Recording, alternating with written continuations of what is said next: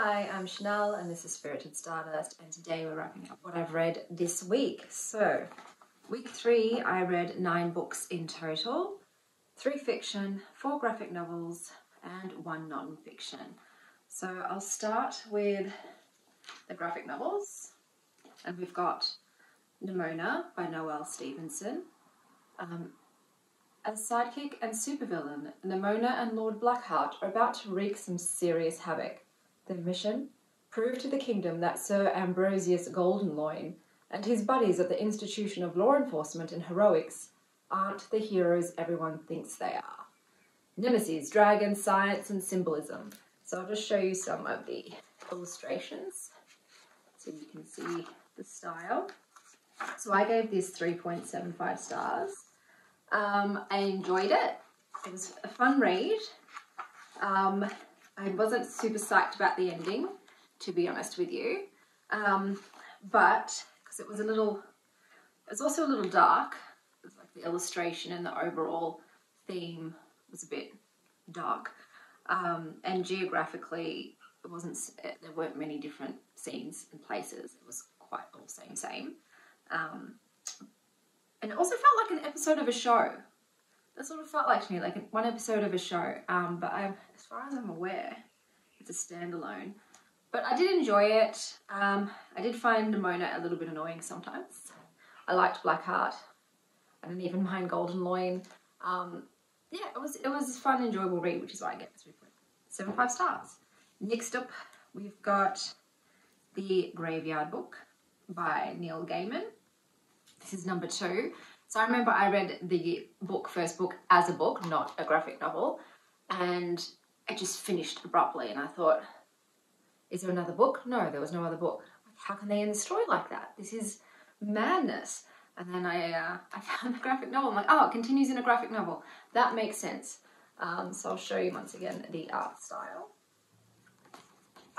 I gave this 4 stars.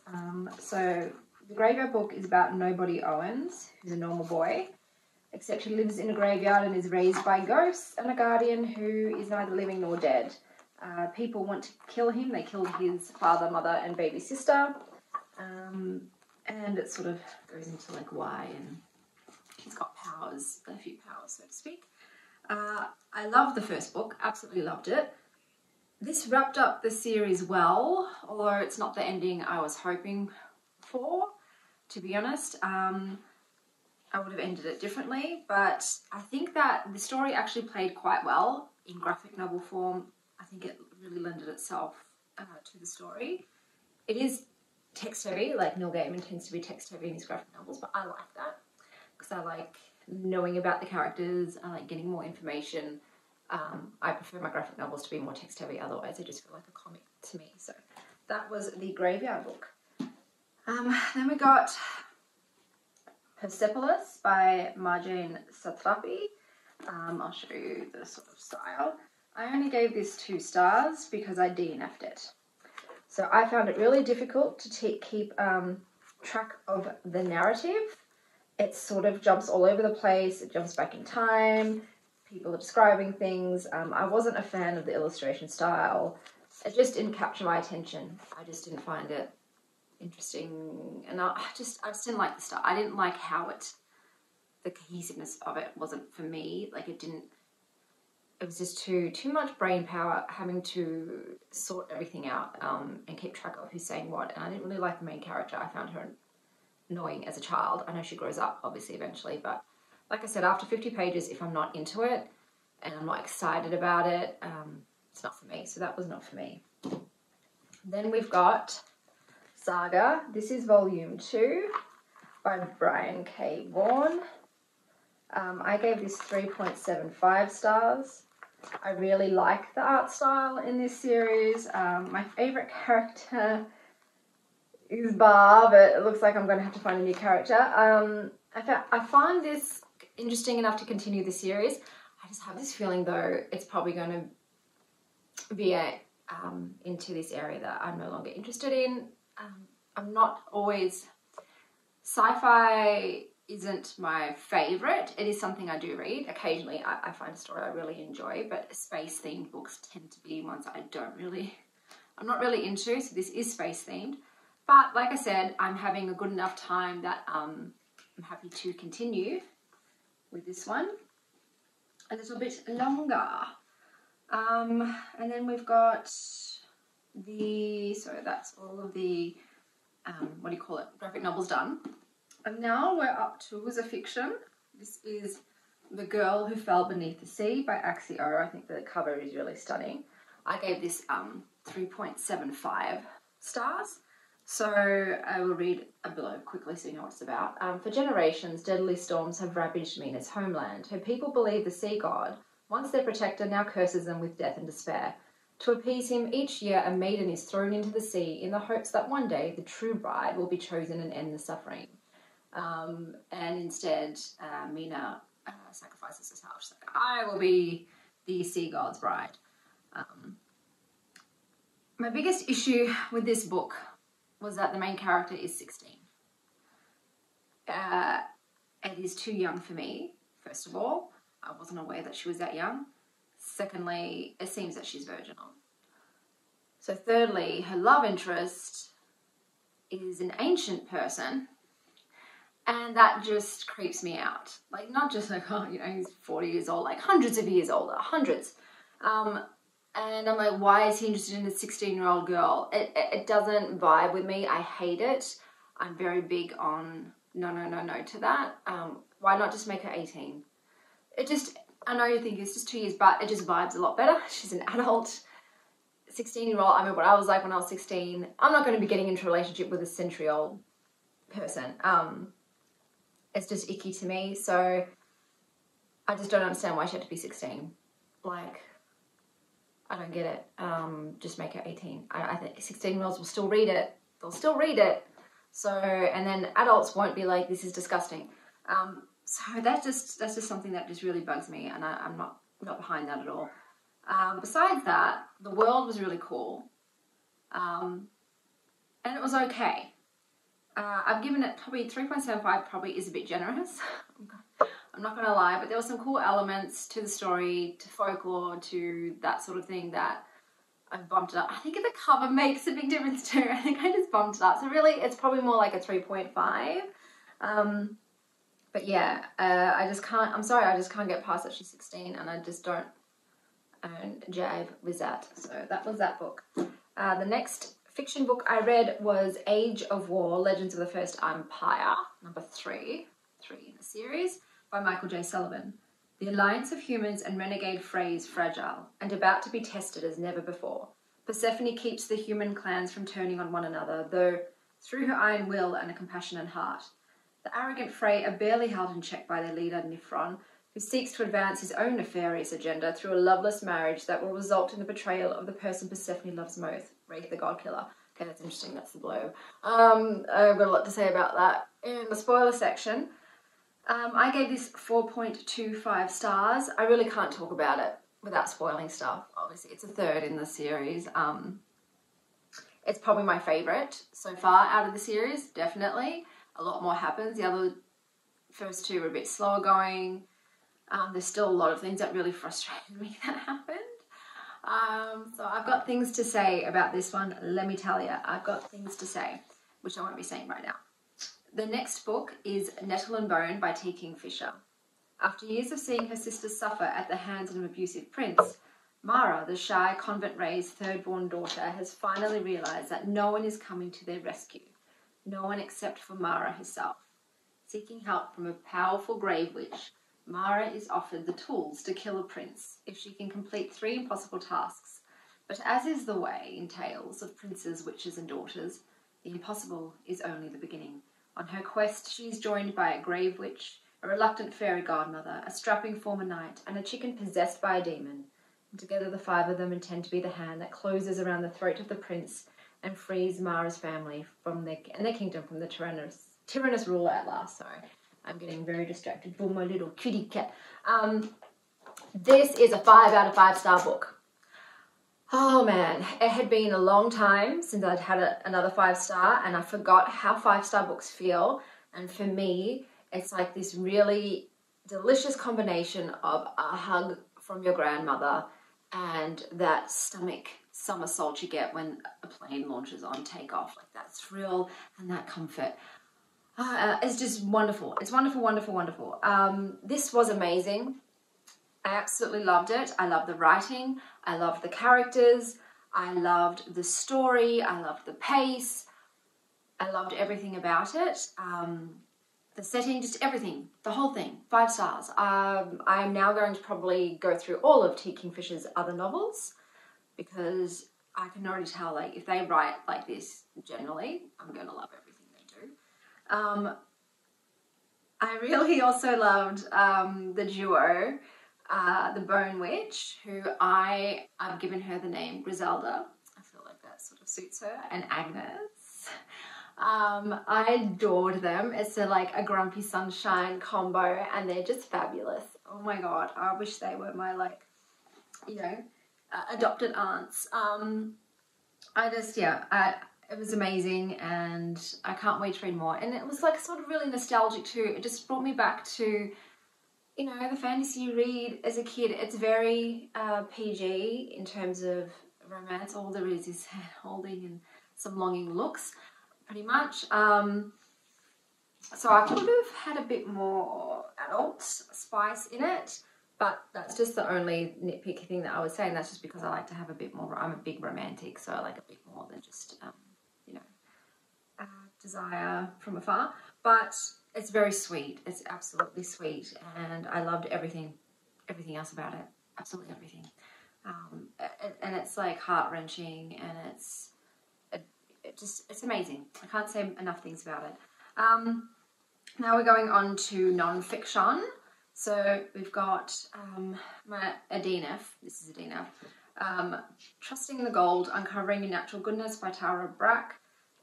It's an illustrated book to help you uncover and trust the innate goodness in yourselves and others. Stop judging, stop avoiding, stop trying to resist that which makes us afraid, ashamed, and open to our true nature, which is innately fearless and loving.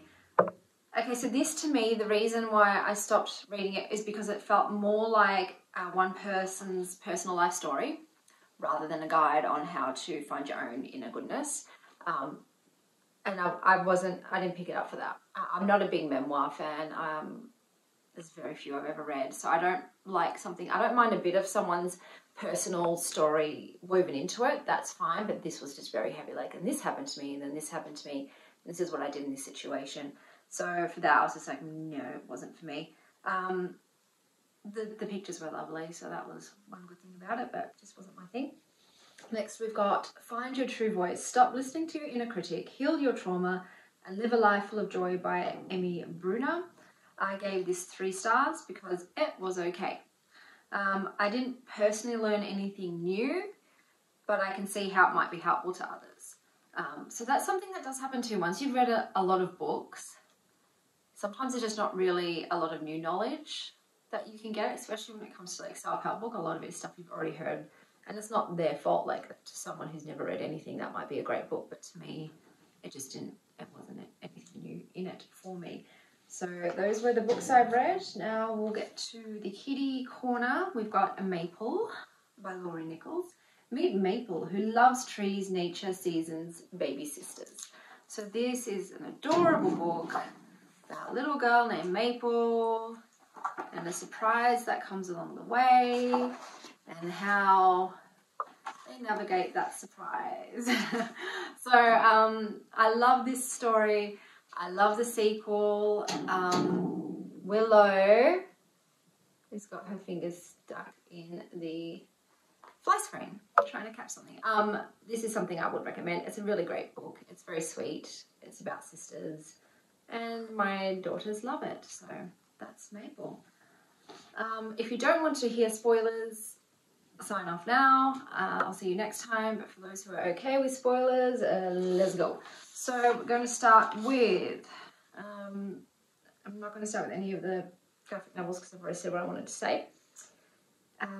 The Graveyard Book, the Graveyard Book. So the reason that I didn't like the ending of this was because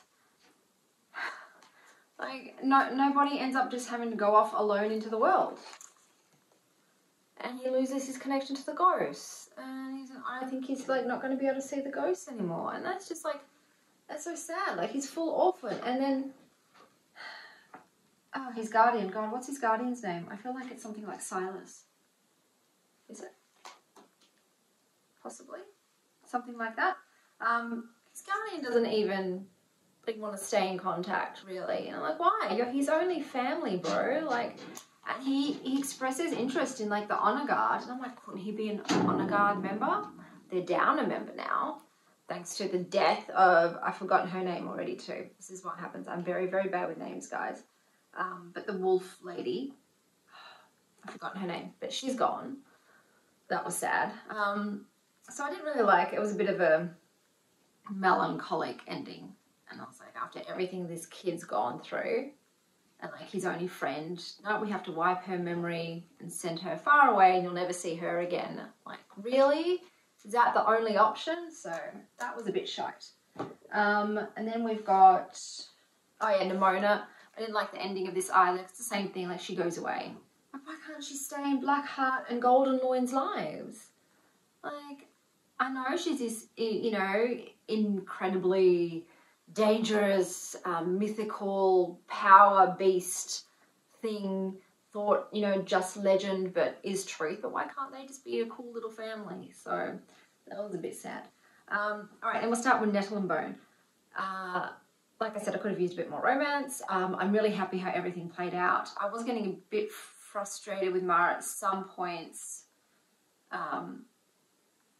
because of the way she sort of did defer to her mother. Fuck that bitch, man. Like, absolutely willing to sacrifice her children to protect the kingdom. I'm so, like, just don't be a queen then. Just get your daughters, get out, leave it to somebody else. Like, you already had one daughter be killed, the sweetest one. That really did break my heart. I was like, she did not deserve to go that way. And then now your other daughter is like hanging on by her fingernails, being abused on the daily to the point where she was, you know, miscarrying children because he just beats her. It's like, and you do nothing. And not only that, like, if she goes, you're going to sacrifice Mara too. You'd be like, here's a third daughter for you to, you know, rape and beat. It's like, what the F, man? So I did not like the mother. Mara did what she could. So for that, I'm like, all props to you. She was the only one willing to try and save her sister. And get rid of the cruel prince, who was a dick and a half. Like, oh, that entire family, that entire line, that ancestral bullshit line can go to hell. I love the fairy godmothers, all of them. I think they're amazing. I love the idea of that. I love that Agnes was actually her talent lane cursing. That was the best. That was adorable. She's like, she doesn't want to do it, but it's like, that's what she's good at. And her little chickie, oh my god, you know, I thought that was the most adorable thing. I love her. She was also quite like, I think Agnes needs to get laid. She was quite thirsty, and especially like perving on Mara's man, who I've forgotten his name. Okay, his name just completely has gone from my memory. I love the Bone Witch. She was a ballsy dame, amazing, powerful, with her demon-possessed chicken. That was so cool. I just loved her. She was just fierce. She was amazing. And like I said, I love the combination of the Grumpy Sunshine, of the Bone Witch, and of Agnes. They were adorable, and the fact they're just going to live together and shack up. Super cute. Super cute. My cats are just full brawling in the background. There's a cat fight. And the Bone Dog, he's cute. I'm a cat lady, so I wasn't really into the Bone Dog. I know Mara was. The love interest, the guy whose name I don't remember, he was a bit bland. So I was hoping for more of like an intriguing story to him, but you know, he was just a disgraced soldier, and I'm like, But he's good for Mara. He's a good, solid person. He's there, you know, willing to die for her. Oh, that the end where, like, the fact that he had to save his life, they had to bury him in the sarcophagus. And, like, hearing, like, seeing his trauma, really, of, like, feeling like he was about to die, like, being trapped in there with, like, no air and just holding on to the hope that she would come while like battling the fear, like what if she doesn't and I die, I suffocate to death. Oh, that was full on. But like he did sacrifice a lot for her. He was willing to do the dirty work, and for that, you know, he's amazing. He's amazing, even though he's a bit dull. But you know what? Like, you don't always need the drama with the love interest. You know, he's just a steady guy, dependable. He adores her. I just like, because also I think it too is just because there was no passionate stuff between them in terms of like, I think there was a bit of kissing, but it wasn't much. That just made it a bit more dull. Whereas if you know, if there'd been a bit more emphasis on like, you know, a touch, how it made them feel, I think I would have liked him more. But they kept that romance really as like just a backburner thing. So like I said, Mara was amazing. I'm happy with how it ended. It was really cool. It wasn't too predictable in terms of how things played out, so I liked that as well. I love it. The nuns are pretty cool. Normally I hate nuns, but these were cool nuns. I'm a cool nun. So that was an amazing book. Loved it. Love. And then we've got, we had The Girl Beneath the Sea, the 16-year-old thing. Blech. So we're going on to Age of War, and let's go. Okay, so starting off with, I can't believe what they have done to Suri in this series. That child just keeps getting kicked in the face. No, we're not going to. So you can say hello, but we're not going to knock it down. Like, well, how much does she have to keep giving? How much more blood does she have to sacrifice for everybody else? This book is like, Arion, okay, also Arion, what a letdown. What a letdown. She just like amounted to nothing. It was all this talk about how like she's the most powerful and blah, blah, blah. And she was just like a crutch for Suri, pretty much. And then what happens in the end? She goes, she's dead. Bye-bye, Arion. That's over. I'm like, okay. So Suri's got that loss. And then it's like, hey, Suri, we're not going to win unless you sacrifice Wraith, because he's the last person. But besides him, Persephone, they're the only two that you love left. Well, one of them's got to go. You've got to make that sacrifice again. So she's got to fucking kill Wraith. And then kill him again after he's, you know, won the battle for them. And I'm just like, enough. She's 14. You've asked so much from her. And she's just given and given and given. She should have gone to the Glen. She should have just said, you know what? You can all destroy yourselves. I'm fucking off to my little home in the woods. I'm going to go find myself a new animal companion. And I'm going to be sweet. And no matter what else happens in the world, I'm just going to carry on. She should have done it. Wraith should have gone with her. Okay? They both would have been better off than what happened in this mess. So this was too much. Like, I know, like, they like to, like, you know, people like to Games of Thrones it now. I'm like, oh, I'm just going to off this main character. Like, Lord of the Rings started it with, you know, Boromir. Didn't see that death coming that quick. But I'm not into it. It doesn't need to be. And this is so many deaths now. So many deaths. So many. So I'm not happy with how Suri's being treated. I would like to take her out of this series and away from all this fuckery. But can't do that. I didn't really like Wraith. Never did. He was just too whiny. But what a shit way to go. And Persephone really just like full coward.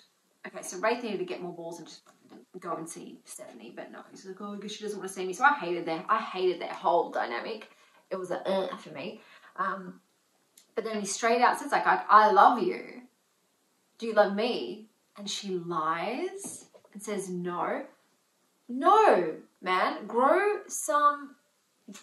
Get yourself a vagina, okay, and woman up and say to him, hey, yes, I do love you, but I'm sorry, the clan comes first.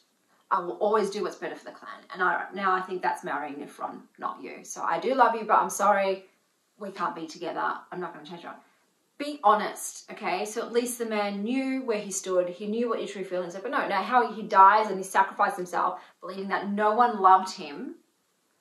Oh, so I lost all respect for Persephone in this one. I just was not into her at all in this book.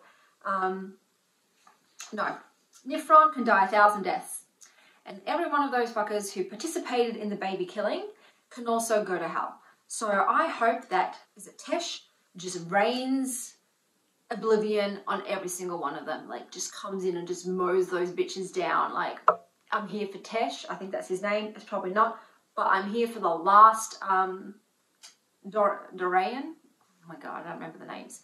But, you know, what Wraith was. The last one of those. I think it's Dorian. But I'm hoping that Tekchen wasn't part of the massacre, because that would suck for Moya. It really would. That guy, he was willing to go to hell, like damn himself. He was willing to kill his own kind to protect Moya, and I know he would have if it came down to it and someone was about to kill Moya. He would have, I know, like, killed that guy and damned himself. So I know he really loves her, but like, there's a good chance that he was part of the baby massacre, and in that case, he has to burn for his crimes too. So I hope there is retribution for that. Malcolm, you dodgy bastard. I was always like, what's this Malcolm guy's angle? Who's he really playing? Whose side is he really on? Not only is it like, whose side is he on, which is his own side, I'm aware. Who is he? Who is you, Malcolm? Who is you?